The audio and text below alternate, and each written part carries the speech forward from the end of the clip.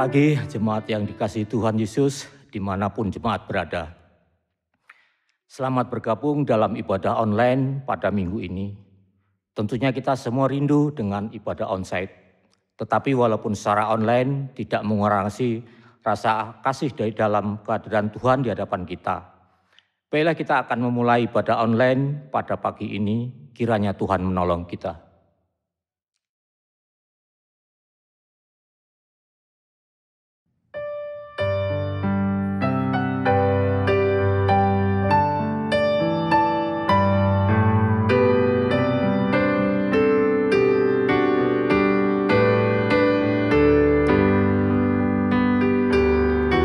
Terpujilah Allah, hikmat-Nya besar, begitu kasih-Nya untuk dunia cemar, sehingga diberilah Putranya kudus, mengangkat manusia serta menebus. Pujilah, pujilah, buatlah dunia bergemar, bergemar, mendengar suaranya. Dapatkanlah Allah demi Putranya, beri puji padanya sebab hikmat-Nya.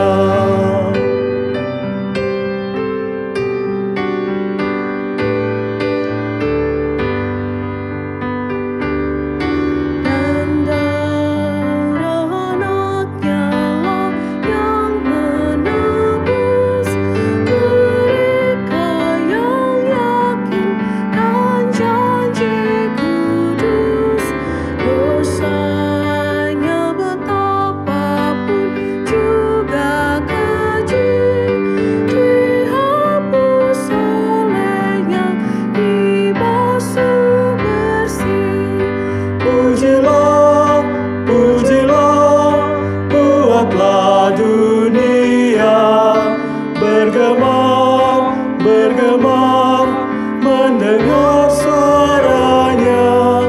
Dapatkanlah Allah demi Putranya, beri puji padanya sebab hikmat-Nya.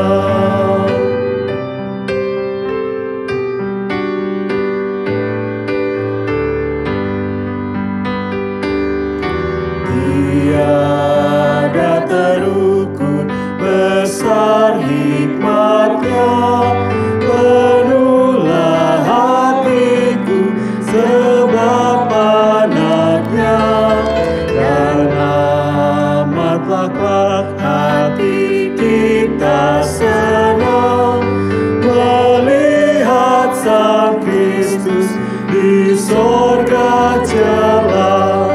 Pujilah, pujilah, buatlah dunia bergemar, bergemar, mendengar suaranya.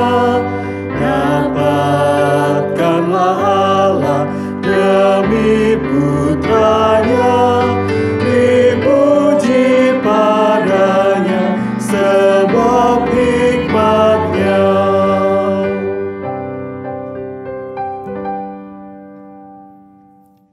Pertolongan kita adalah dalam nama Tuhan yang menjadikan langit dan bumi, dan yang memelihara kasih setia-Nya untuk selama-lamanya.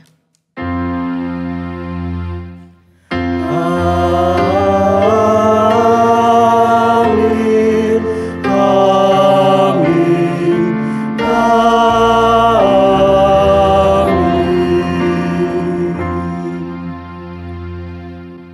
Tuhan besertamu. Dan besertamu juga.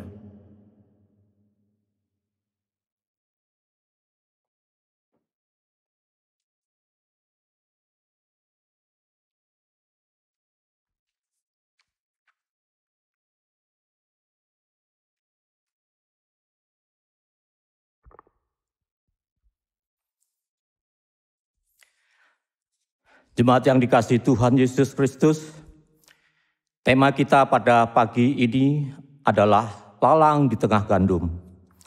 Dan nas pembuka dari Kolose 1 ayatnya 9b sampai 11. Kami meminta supaya kamu menerima segala hikmat dan pengertian yang benar untuk mengetahui kehendak Tuhan dengan sempurna, sehingga hidupmu layak di hadapannya serta berkenan kepadanya dalam segala hal. Dan kamu memberi buah dalam segala pekerjaan yang baik dan bertumbuh dalam pengetahuan yang benar tentang Allah.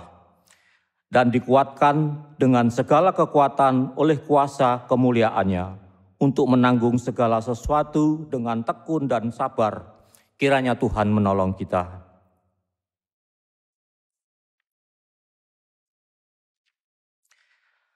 Jemaat yang dikasihi Tuhan, marilah kita menghadap Allah dengan kerendahan hati untuk memohon belas kasih dan kuasa pengampunannya. Ya Allah, kasih-Mu sungguh agung dan mulia, besar dan setia.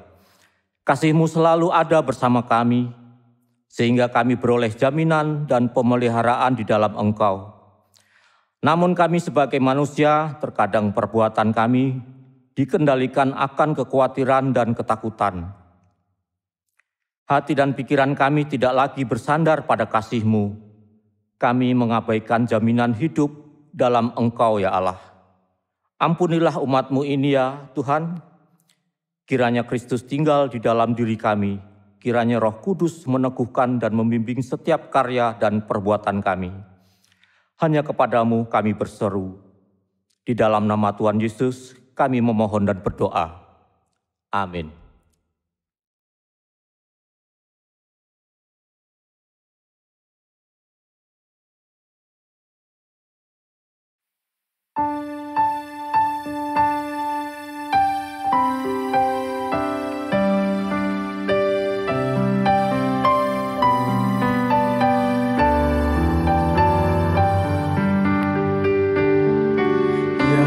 Yesus tebuslah segenap dosaku, ku rindu Kau tinggal terus di hatiku. Enyahkan berhala dan musuh keji, dan basuhlah daku menjadi bersih. Hatiku kan bak salju bersih, karena darah-Mu membasuhku bersih.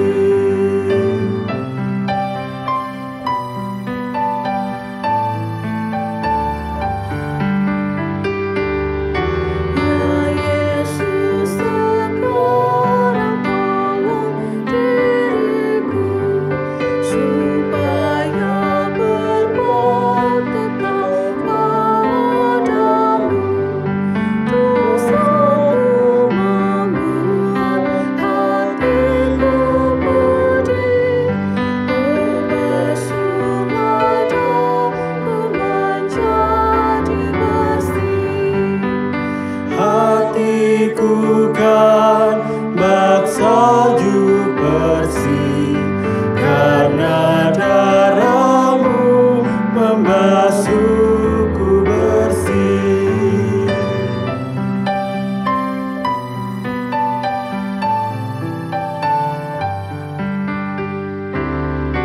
Ya Yesus, dengarlah permohonanku, ku nantikan Dikau pada salib-Mu, demi keselamatan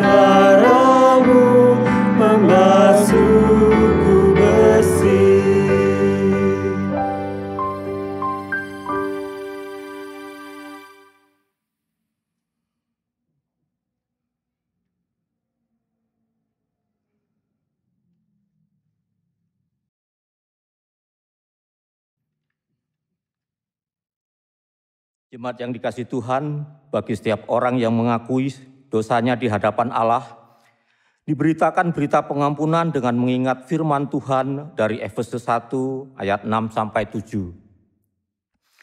Supaya terpujilah kasih karunia-Nya yang mulia, yang dikaruniakannya kepada kita di dalam Dia, yang dikasihinya sebab di dalam Dia, dan oleh darahnya kita beroleh penebusan, yaitu pengampunan dosa menurut kekayaan kasih karunia-Nya.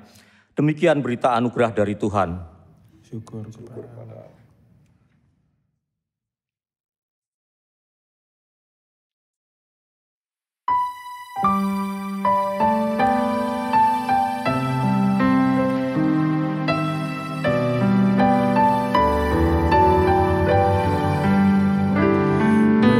Bersabdalah Tuhanku, tetap di relung hatiku, nyatakanlah maksudmu, memandu setiap langkahku. Firman-Mu ya Tuhanku, setiap saat ku perlu, dan jadilah seluruhku, sehingga hatiku teguh.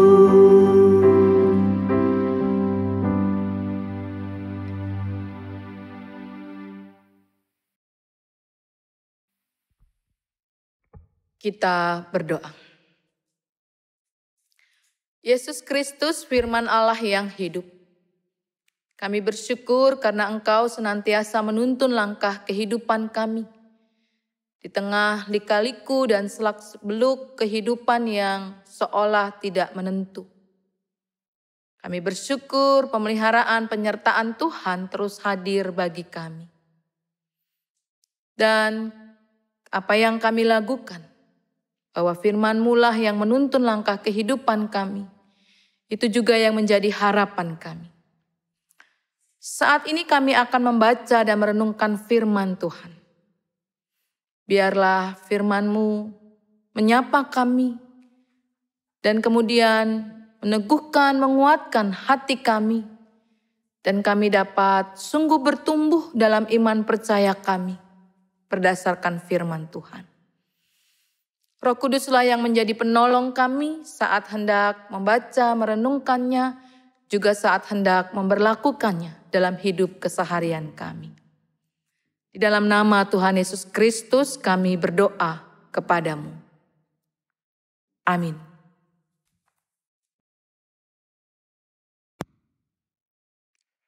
Bacaan pertama diambil dari kitab Yesaya, pasalnya yang ke-44, dimulai dari ayatnya yang ke-6 sampai dengan ayatnya yang ke-8. Yesaya 44, dimulai ayatnya ke-6 sampai dengan 8. Beginilah firman Tuhan, Raja dan Penebus Israel, Tuhan semesta alam. Akulah yang terdahulu dan akulah yang terkemudian. Tidak ada Allah selain daripadaku. Siapakah seperti aku? Biarlah ia menyerukannya, biarlah ia memberitahukannya dan membentangkannya kepadaku. Siapakah yang mengabarkan dari dahulu kala akan hal-hal yang akan datang? Apa yang akan tiba, biarlah mereka memberitahukannya kepada kami. Janganlah gentar dan janganlah takut, sebab memang dari dahulu telah kukabarkan dan kuberitahukan hal itu kepadamu. Kamulah saksi-saksiku. Adakah Allah selain daripadaku? Tidak ada gunung batu yang lain, tidak ada aku kenal. Demikianlah sabda Tuhan.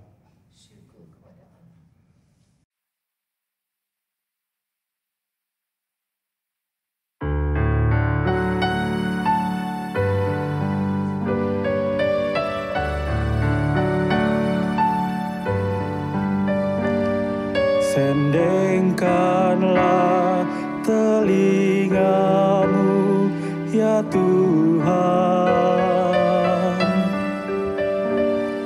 Pasanglah telinga pada doaku, sebab sengsara dan miskin aku. Perhatikanlah permohonanku. Sendengkanlah telingamu, ya Tuhan. Pasanglah telinga pada doaku, sebab sengsara dan miskin aku. Perhatikanlah permohonanku. Tunjukkanlah kepadaku, tunjukkanlah jalan-Mu, ya Tuhan, supaya aku hidup menurut kebenaran-Mu. Bulatkanlah hatiku untuk takut akan nama-Mu, untuk takut akan nama-Mu. Sendengkanlah telingamu, ya Tuhan. Pasanglah telinga pada doaku, sebab sengsara dan miskin aku. Perhatikanlah permohonanku. Ku kan bersyukur, ya Tuhan, kepadamu dengan segenap hatiku, memuliakan nama-Mu untuk selama-lamanya, sebab kasih setia-Mu besar, dan Engkau telah bebaskan nyawaku dari dunia orang mati yang paling bawah. Sendengkanlah telingamu, ya Tuhan.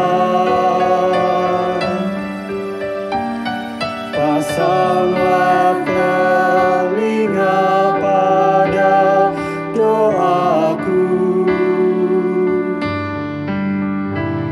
sebab sengsara dan miskin aku.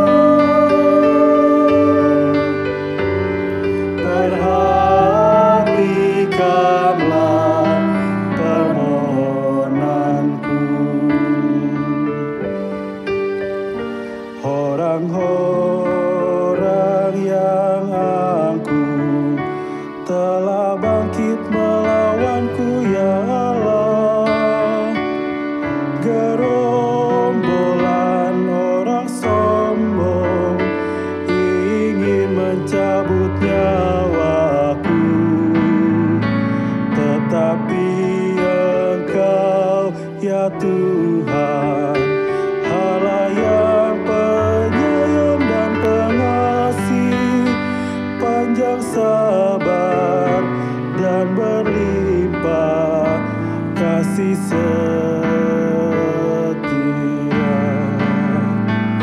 Sendengkanlah telingamu, ya Tuhan. Pasanglah telinga pada doaku, sebab sengsara dan miskin aku.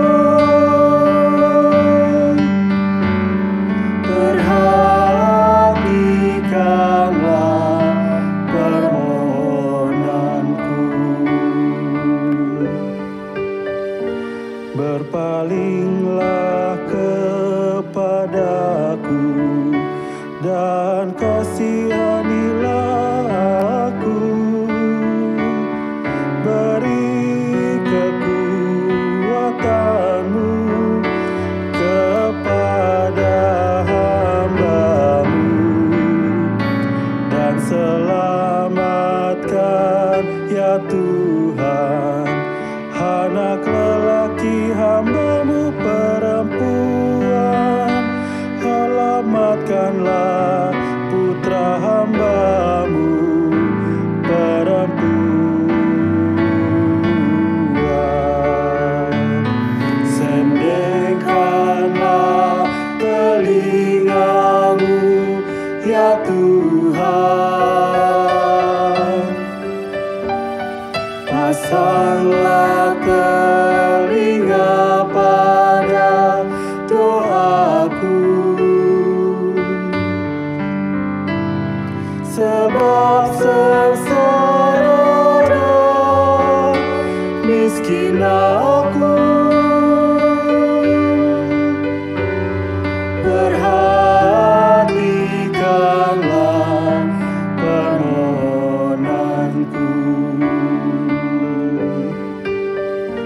Lakukanlah kepadaku suatu tanda kebaikan, supaya yang membenciku melihat aku dengan malu, bahwa Dikau, ya Tuhan, telah menolong dan menghiburkan aku. Engkau Tuhan telah menolong dan menghiburkanku. Sendengkanlah telingamu, ya Tuhan. Pasanglah telinga pada doaku, sebab sengsara dan miskin aku. Perhatikanlah permohonanku.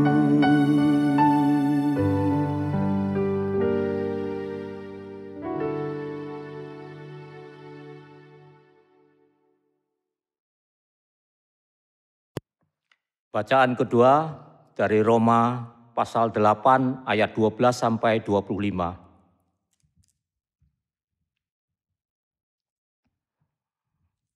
Roma 8 ayat 12. Jadi saudara-saudara, kita adalah orang berhutang, tetapi bukan kepada daging, supaya hidup menurut daging, sebab jika kamu hidup menurut daging, kamu akan mati. Tetapi jika oleh roh kamu mematikan perbuatan-perbuatan tubuhmu, kamu akan hidup. Semua orang yang dipimpin roh Allah adalah anak Allah. Sebab kamu tidak menerima roh perbudakan yang membuat kamu menjadi takut lagi. Tetapi kamu telah menerima roh yang menjadikan kamu anak Allah. Oleh roh itu kita berseru, ya Aba, ya Bapa. Roh itu bersaksi bersama-sama dengan roh kita bahwa kita adalah anak-anak Allah.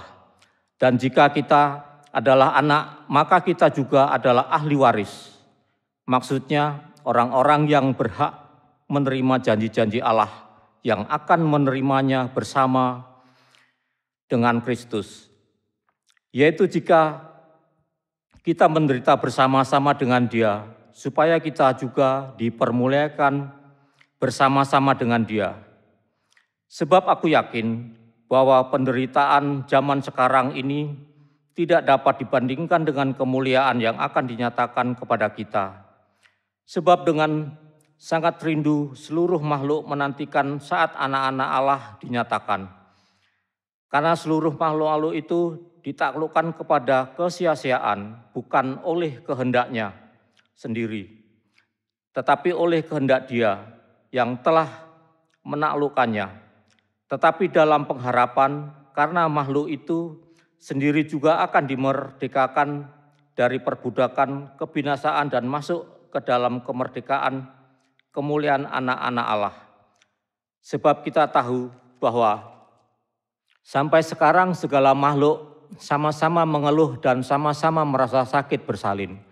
Dan bukan hanya mereka saja, tetapi kita yang telah menerima karunia sulung roh, kita juga mengeluh dalam hati kita sambil menantikan pengangkatan sebagai anak, yaitu pembebasan tubuh kita.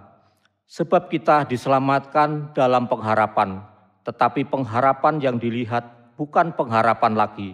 Sebab bagaimana orang masih mengharapkan apa yang dilihatnya. Tetapi jika kita mengharapkan apa yang tidak kita lihat, kita menantikannya dengan tekun. Demikian sabda Tuhan.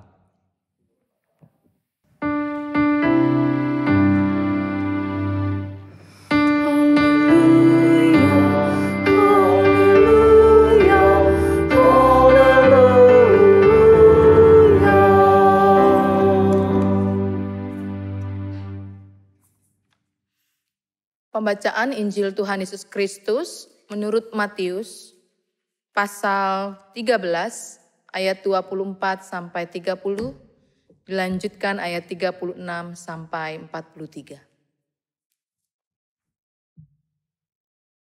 Matius 13 mulai ayat 24. Yesus membentangkan suatu perumpamaan lain lagi kepada mereka, katanya, hal kerajaan sorga itu seumpama orang yang menaburkan benih yang baik di ladangnya. Tetapi pada waktu semua orang tidur, datanglah musuhnya menaburkan benih lalang di antara gandum itu, lalu pergi. Ketika gandum itu tumbuh dan mulai berbulir, nampak jugalah lalang itu. Maka datanglah hamba-hamba tuan ladang itu kepadanya dan berkata, Tuan, bukankah benih baik yang Tuan tabur di ladang Tuan? Dari manakah lalang itu? Jawab tuan itu, seorang musuh yang melakukannya. Lalu berkatalah hamba-hamba itu kepadanya, jadi maukah Tuan supaya kami pergi mencabut lalang itu? Tetapi ia berkata, jangan. Sebab mungkin gandum itu ikut tercabut pada waktu kamu mencabut lalang itu. Biarkanlah keduanya tumbuh bersama sampai waktu menuai. Pada waktu itu aku akan berkata kepada para penuai, kumpulkanlah dahulu lalang itu dan ikatlah berberkas-berkas untuk dibakar. Kemudian kumpulkanlah gandum itu ke dalam lumbungku. Lanjutkan ayat 36. Maka Yesus pun meninggalkan orang banyak itu lalu pulang. Murid-muridnya datang dan berkata kepadanya, jelaskanlah kepada kami perumpamaan tentang lalang di ladang itu. Ia menjawab katanya, orang yang menaburkan benih baik ialah anak manusia. Ladang ialah dunia. Benih yang baik itu anak-anak kerajaan dan lalang anak-anak si jahat. Musuh yang menaburkan benih lalang ialah iblis. Waktu menuai ialah akhir zaman dan para penuai itu malaikat. Maka seperti lalang itu dikumpulkan dan dibakar dalam api, demikian juga pada akhir zaman. Anak manusia akan menyuruh malaikat-malaikatnya dan mereka akan mengumpulkan segala sesuatu yang menyesatkan dan semua orang yang melakukan kejahatan dari dalam kerajaannya. Semuanya akan dicampakkan ke dalam dapur api. Di sanalah akan terdapat ratapan dan kertakan gigi. Pada waktu itulah orang-orang benar akan bercahaya seperti matahari dalam kerajaan Bapa mereka. Siapa bertelinga, hendaklah ia mendengar. Demikianlah Injil Tuhan Yesus Kristus dan semua pembacaan kita. Yang berbahagia ialah setiap orang yang membaca dan merenungkan firman Tuhan dalam hidupnya setiap hari. Haleluya.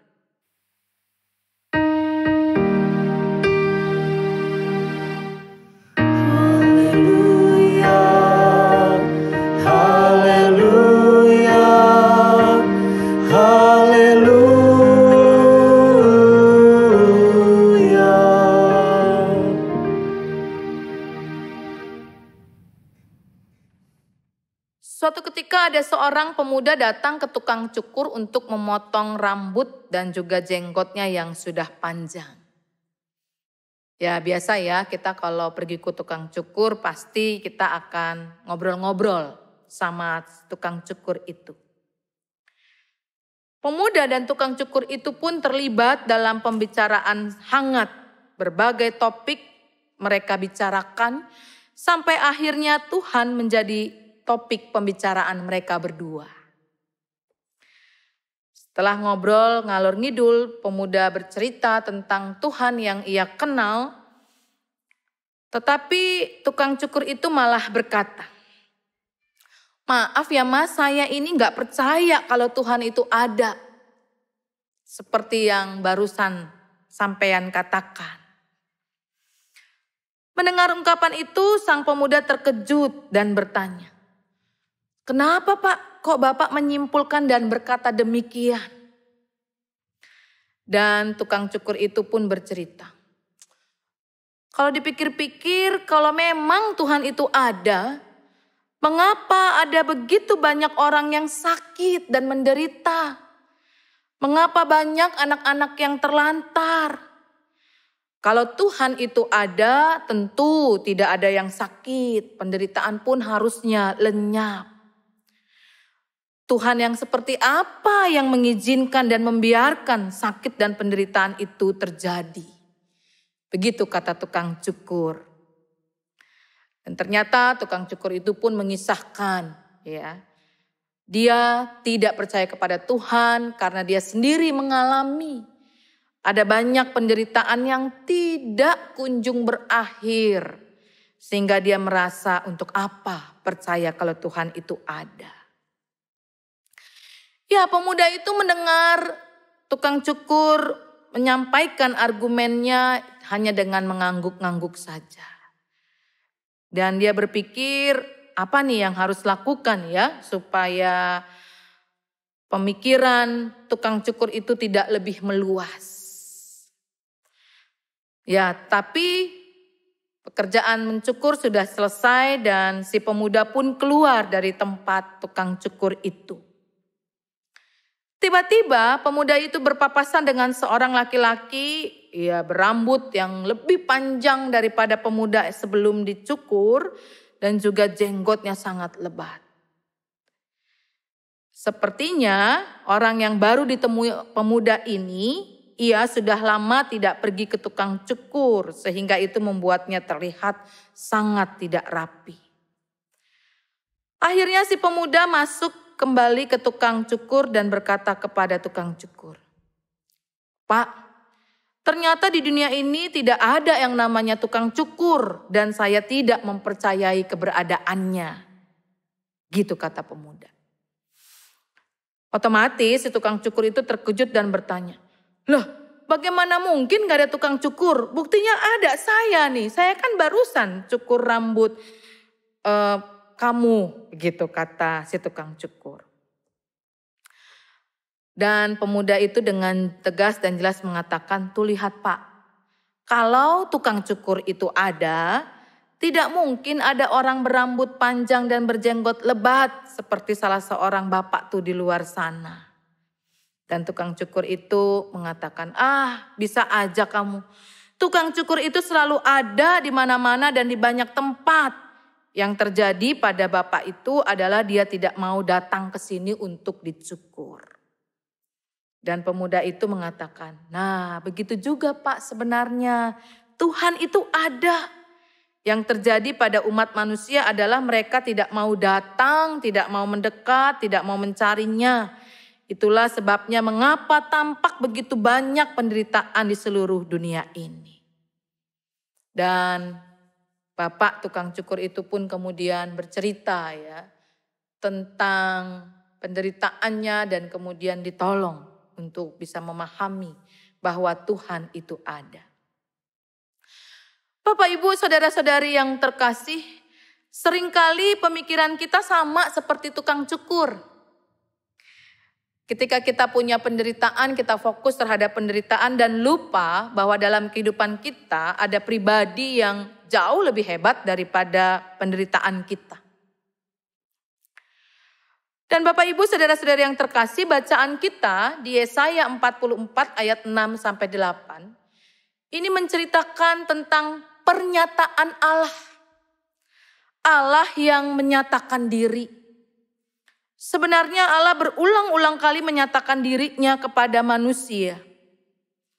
Allah menceritakan tentang siapa diri Allah yang sebenarnya dan bagaimana pekerjaan Allah di tengah dunia ini.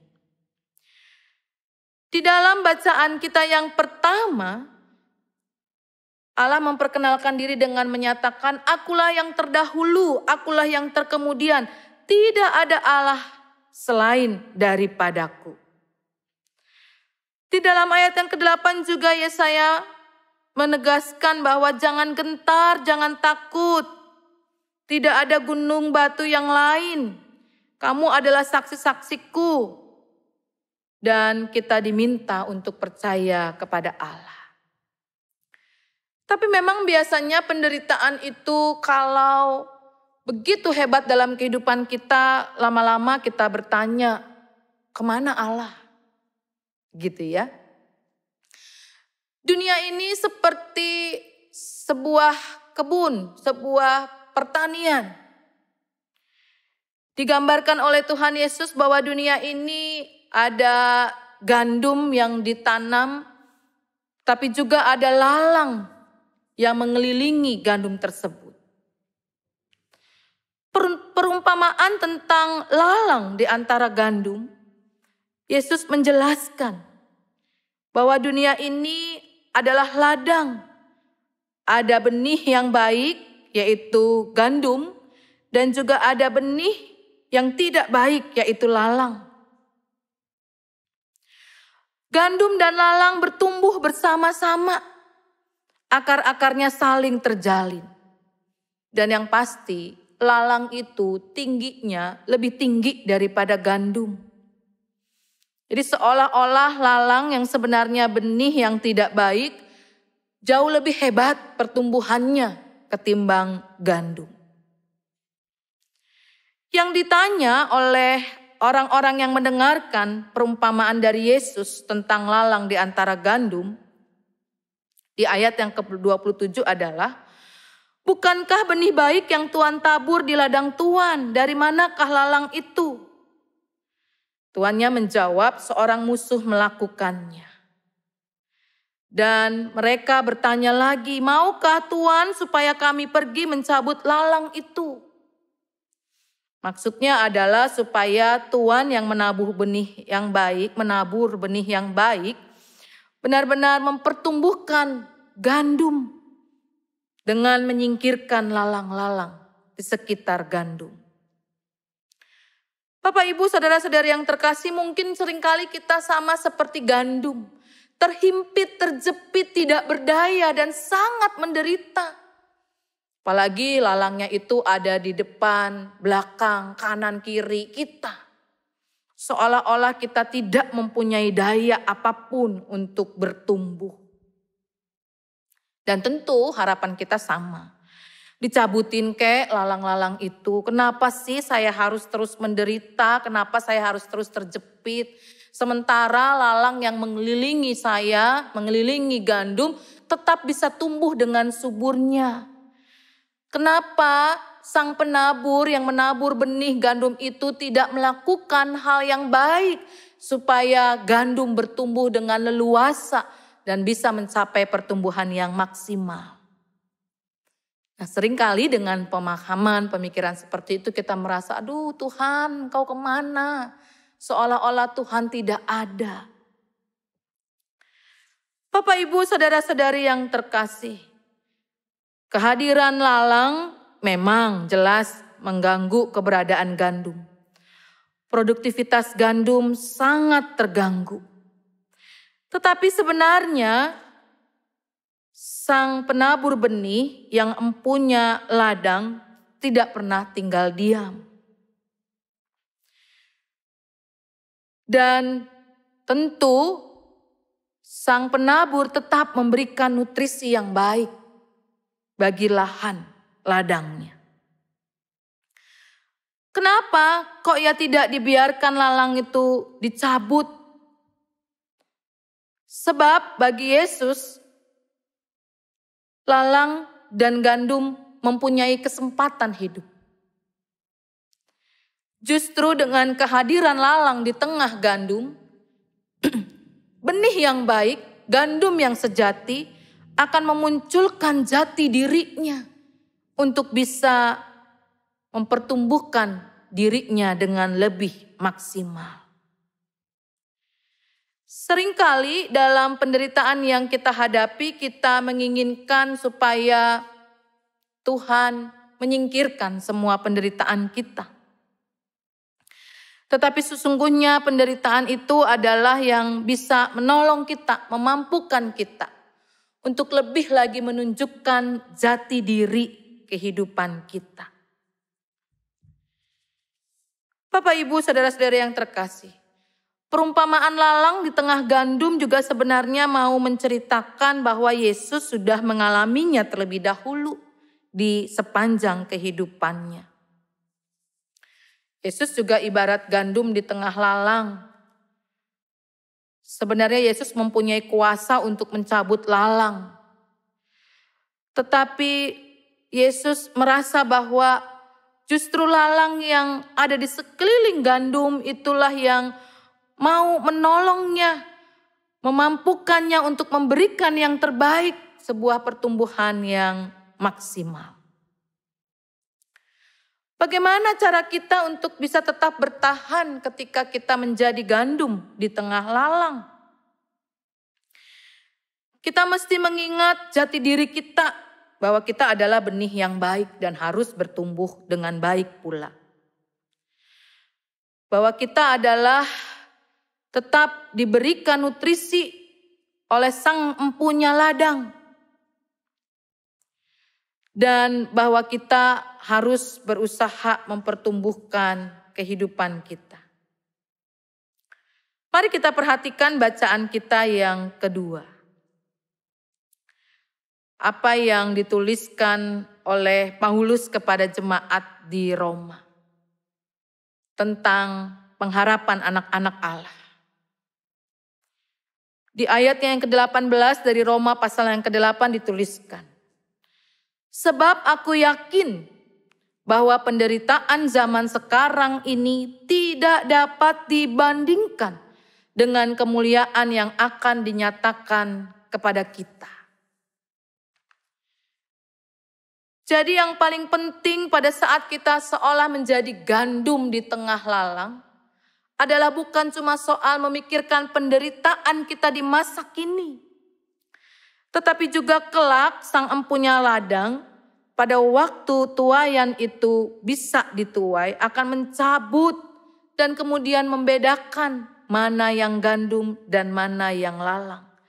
yang gandum akan dikumpulkan dan dimasukkan ke dalam lumbung, sementara lalang akan dikumpulkan juga dan dibakar di dalam api dan dibuang. Jadi yang mesti kita lihat adalah bahwa jadilah tetap seperti gandum. Tidak iri dengan lalang yang sama-sama tumbuh di sekitar kita dan mungkin pertumbuhan lalang jauh lebih hebat. Tapi gandum yang berkualitas akan benar-benar mempertumbuhkan sesuai dengan jati dirinya. Dan mari kita memperhatikan apa yang menjadi nas pembuka kita di awal tadi di pembukaan. Kolose 1 ayat 9b sampai dengan ayat yang ke-11. Kami meminta supaya kamu menerima segala hikmat dan pengertian yang benar untuk mengetahui kehendak Allah dengan sempurna. Kehendak kita selalu berbeda dengan kehendak Allah. Kalau kita menginginkan kita dibebaskan dari lalang-lalang di sekitar kita, tetapi Tuhan tidak demikian. Justru dengan kehadiran lalang akan menampakkan jati diri sebenarnya dari gandum yang sejati. Sehingga hidupmu layak di hadapannya serta berkenan kepadanya dalam segala hal. Dan kamu memberi buah dalam segala pekerjaan yang baik dan bertumbuh dalam pengetahuan yang benar tentang Allah dan dikuatkan dengan segala kekuatan oleh kuasa kemuliaannya untuk menanggung segala sesuatu dengan tekun dan sabar. Dan kita percaya Bapak Ibu, saudara-saudari yang terkasih, Tuhan yang empunya ladang, Tuhan yang menanamkan benih yang baik, dan Tuhan juga yang akan tetap terus memelihara hidup sang gandum. Kiranya Tuhan menolong kita. Amin. Kita bersaat teduh sejenak.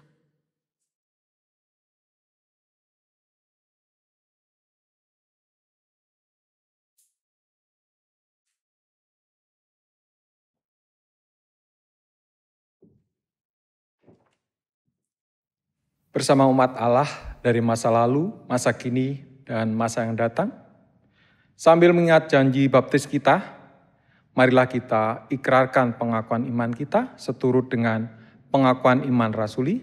Hendaklah masing-masing berkata, Aku percaya pada Allah, Bapa yang Maha Kuasa, Khalik langit dan bumi, dan kepada Yesus Kristus, anaknya yang tunggal, Tuhan kita, yang dikandung dari Roh Kudus, lahir dari anak darah Maria, yang menderita sengsara di bawah pemerintahan Pontius Pilatus, disalibkan, mati dan dikuburkan, turun dalam kerajaan maut.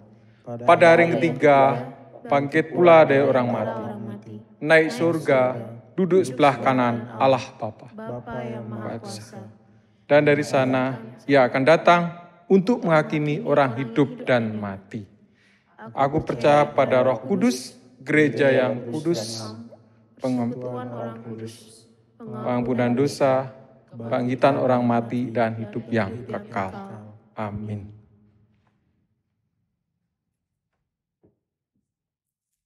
Mari kita menaikkan doa syafaat kita. Kita berdoa. Allah Bapa di surga, kami bersyukur kepadamu untuk apa yang boleh kami baca dan kami renungkan bersama. Engkau menolong kami ya Allah, untuk kami boleh menjadi gandum karena Engkau telah menaburkan benih yang baik. Meskipun kami ada di antara ilalang, tetapi biarlah kami boleh percaya akan pemeliharaan dari Tuhan. Bapa di surga, Engkau juga yang menguatkan dan meneguhkan hati kami saat kami menghadapi berbagai macam pergumulan dan penderitaan kehidupan kami. Karena kami tahu kelak akan terbukti siapa gandum dan siapa lalang. Dan kami adalah orang-orang yang menaruh pengharapan kami kepada Tuhan. Bapa di surga, saat ini kami berdoa untuk aneka pergumulan kami. Kami teringat untuk mereka yang sedang sakit. Sakit karena usia lanjut, sakit menahun maupun para penyintas kanker, dan juga mereka yang sedang sakit ringan. Kami juga berdoa untuk PDP dan ODP di masa pandemi COVID-19 ini. Engkau hadir bagi mereka. Engkau memberikan pengharapan, memulihkan dan juga menyembuhkan. Engkau memberkati tiap anggota keluarga yang merawat dan menjaga orang yang sedang sakit. Biarlah sukacita dan damai sejahtera terus dirasakan bagi orang-orang yang sedang sakit. Dan pemulihan, kesembuhan juga boleh Tuhan nyatakan dalam kehidupan mereka. Bapa di surga, saat ini kami juga berdoa untuk aneka pergumulan yang lain. Untuk anak-anak kami yang bersekolah, berkuliah, biarlah Engkau juga yang menolong mereka, supaya mereka mempunyai semangat belajar, terutama ketika mereka masih harus menjalani home learning. Tuhan, Kau memberkati mereka, supaya mereka tetap dapat bertekun dalam pembelajaran mereka, dan mereka dapat mengukir prestasi dengan baik. Kami berdoa untuk anak-anak kami di tempat sekolah atau kuliahnya yang baru. Kau menolong mereka dalam proses adaptasi, juga dengan situasi suasana di masa pandemi COVID-19 ini. Bapa di surga, kami juga berdoa untuk seluruh harapan dan cita-cita kami, terutama untuk anak-anak kami yang merindukan pekerjaan atau mereka yang merindukan pekerjaan yang lebih mapan. Tuhan memberikan kepada mereka seperti apa yang mereka rindukan. Biarlah ketika mereka tekun dalam menjalankan tugas tanggung jawab mereka di pekerjaan mereka, pemeliharaan Tuhan sungguh nyata dalam hidup keseharian mereka. Kami berdoa untuk tiap keluarga dalam aneka pergumulan ekonomi, komunikasi antar anggota keluarga maupun hal-hal lain yang tidak terkatakan. Biarlah berkat Tuhan terus hadir bagi kami, dan kami di tiap-tiap keluarga boleh mengalami damai sejahtera yang dari Tuhan, sehingga kami dapat menjadi saksi-Mu yang hidup di tengah dunia ini. Kami berdoa juga untuk anak-anak muda dalam hidup pergaulan mereka. Tuhan terus menolong agar mereka menjadi garam dan terang di tengah dunia ini. Juga anak-anak kami yang merindukan pasangan hidup, Engkau memberikan jodoh yang tepat bagi mereka. Anak-anak kami yang mempunyai banyak harapan dan cita-cita yang lain, Tuhan, Engkaulah yang mengabulkan dan mewujudkan segala harapan dan cita-cita mereka. Bapa di surga, saat ini kami juga berdoa bagi hidup persekutuan kami di GKI Perumnas maupun di Bajem Kota Bumi. Engkau hadir terus dalam hidup persekutuan kami. Meskipun aktivitas gerejawi kami terpaksa harus dilakukan dengan kondisi yang terbatas, tetapi biarlah Engkau tetap menolong setiap anggota jemaat maupun simpatisan untuk menumbuhkan iman dan percaya mereka kepada Tuhan. Engkau juga memberkati berbagai hal yang kami pikirkan dan yang harus kami kerjakan untuk memfasilitasi hidup beriman setiap orang di GKI Perumnas ini. Kamu memberkati dalam ibadah online maupun rencana ibadah onsite yang akan diselenggarakan. Biarlah segala sesuatu yang diperlukan dan harus dikerjakan, kiranya Tuhanlah yang menolong kami untuk boleh mengerjakan yang terbaik. Bapa di surga, kami juga berdoa kepadamu untuk Indonesia. Engkau memberkati pemerintahan kami, pemerintahan pusat maupun daerah. Terutama di masa pandemi ini, ada banyak kebijakan-kebijakan yang harus diambil dan tidak sama di tiap daerah. Biarlah seluruh warga negara pun dapat menyambut dengan baik segala sesuatu yang dipikirkan dan dicanangkan oleh pemerintahan kami, terutama dalam PSBB yang diperlonggar ataupun hidup new normal yang harus dilaksanakan berbagai macam kebiasaan pola hidup sehat yang tetap harus kami kerjakan dengan disiplin. Biarlah semua boleh menolong agar pandemi ini segera berakhir. Kami berdoa Engkau juga memfasilitasi para ahli peneliti yang sedang mengupayakan ditemukannya vaksin antivirus COVID-19. Tuhan yang menolong memberkati supaya kelak kami tetap dapat hidup dengan lebih sehat, jauhkan dari virus dan aneka penyakit yang lainnya. Kami juga berdoa kepadamu ya Allah melalui pemerintahan kami, pusat maupun daerah, kiranya hidup setiap orang dapat terjamin kesejahteraan dan keamanannya. Ada banyak juga doa dan permohonan kami yang lain yang hendak kami sampaikan. Tuhan yang tahu dari dasar hati kami, permohonan-permohonan kami. Engkau juga yang mendengarkan dan menjawabnya tepat pada waktunya. Seluruh doa dan permohonan kami ini kami naikkan di dalam nama Tuhan Yesus Kristus yang adalah Tuhan dan Juru Selamat kami yang hidup. Amin. Tiba saatnya kita mewujud nyatakan dalam rasa syukur kita melalui persembahan. Jemaat dapat memberikan persembahan melalui rekening gereja dan OVO yang telah disediakan. Dan dapat juga memberikan persembahan melalui kotak persembahan yang sudah disediakan di sekretariat. Dan jemaat juga bisa membawa persembahan tersebut pada saat kita kembali beribadah di gereja. Nat persembahan kita ambil dari kitab Roma 12 ayat 1.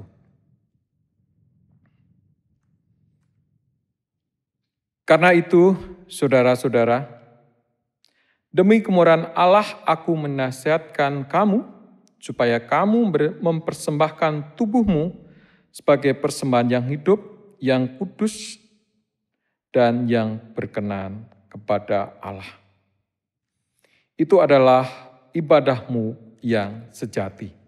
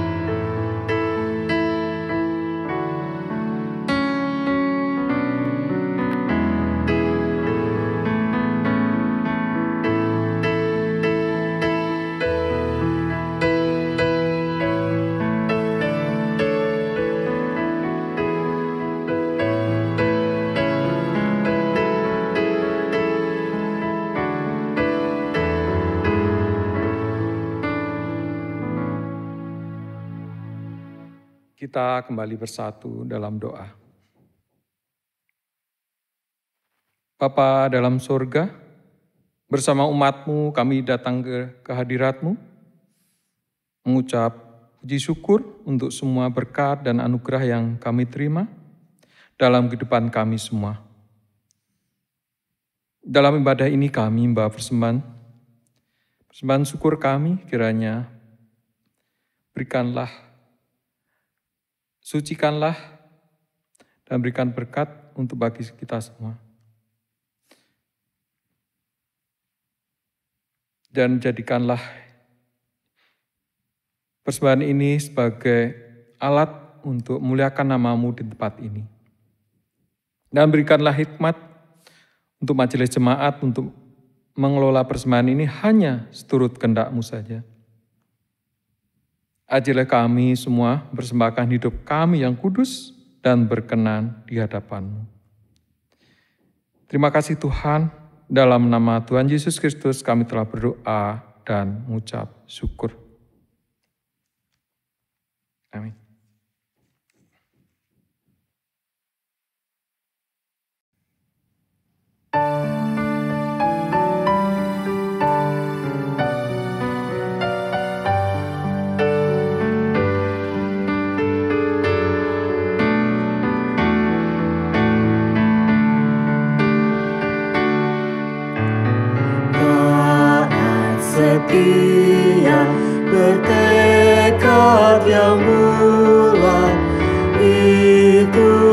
janji Tuhan padamu. Di bawah panji yang mulia berdaulat, kami kan angkat pedang bagimu. Angkat semboyan, jangan diamkan, tiup serunai dan maju terus. Angkat semboyan, jangan diamkan, Kristuslah Raja serta penebus. Taat setia, teguh bersekutu dengan Engkau yang pemimpin besar. Karena penuh kasih sayang padamu, kami sedikit pun tidak gentar. Angkat semboyan, jangan diamkan, tiup serunai dan maju terus. Angkat semboyan, jangan diamkan, Kristuslah Raja serta penebus. Taat setia, ya Raja abadi, pimpinlah kami berjuang terus. Tundukkanlah kehendak hati kami, buat di sana Kamu kudus. Angkat semboyan, jangan diamkan, tiup serunai dan maju terus. Angkat semboyan, jangan diamkan, Kristuslah Raja serta penebus.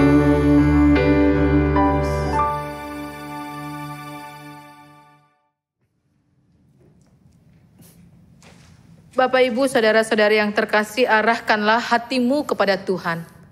Kami mengarahkan hati kami kepada Tuhan. Jadilah saksi Kristus, Syukur kepada Allah, terpujilah Tuhan. kini dan selamanya. Terimalah berkat dari Tuhan. Tuhan memberkati engkau dan melindungi engkau. Tuhan menyinari engkau dengan wajah-Nya dan memberi engkau kasih karunia. Tuhan menghadapkan wajah-Nya kepadamu dan memberi engkau damai sejahtera. Amin.